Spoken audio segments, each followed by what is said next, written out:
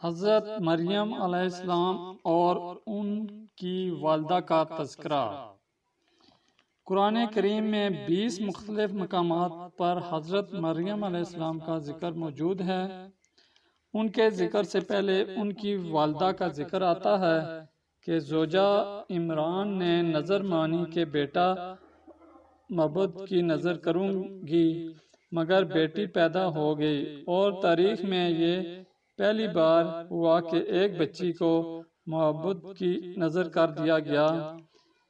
اس ایک فیصلے نے تاریخ کا دائرہ بدل دیا اور حضرت مریم علیہ السلام تولد ہوئیں، جو آنے والے زمانوں کی عورت کے لیے مشعل راہ بنی۔ حضرت مریم علیہ السلام وہ خوش بخت خاتون ہیں جن کے نام گرامی پر قرآن کریم کی پوری ایک سورت ہے۔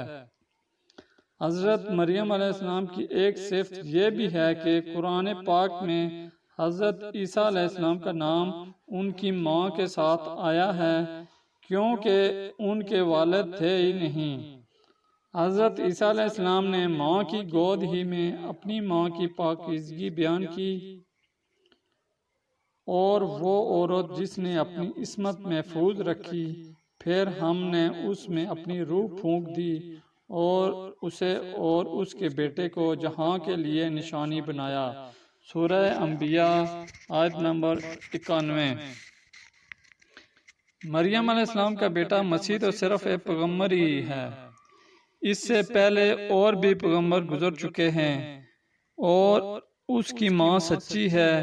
وہ دونوں کھانا کھاتے ہیں، دیکھو ہم انہیں کیسی دلیلیں بتلاتے ہیں، پھر دیکھو وہ کہاں الٹے جاتے ہیں۔ سورۃ المائدہ آیت نمبر 75۔ حضرت مریم علیہ السلام جب بیت المقدس کی خدمت میں مصروف رہیں تو ان کے پاس مختلف بے موسم کے پھل پائے جاتے۔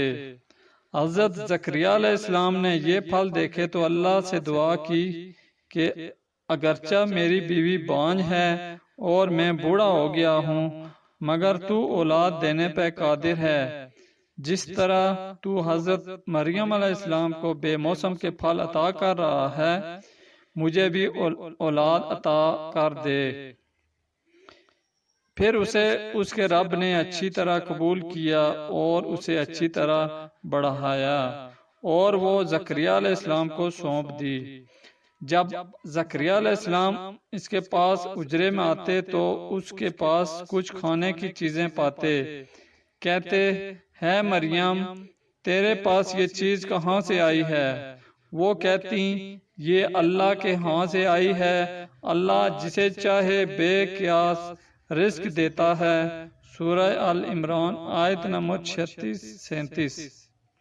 اور جب فرشتوں نے کہا، ہے مریم، بے شک اللہ نے تجھے پسند کیا ہے اور تجھے پاک کیا ہے اور تجھے سب جہاں کی عورتوں پر پسند کیا ہے مریم، اپنے رب کی بندگی کر اور سجدہ اور رکوع کرنے والوں کے ساتھ رکوع کر۔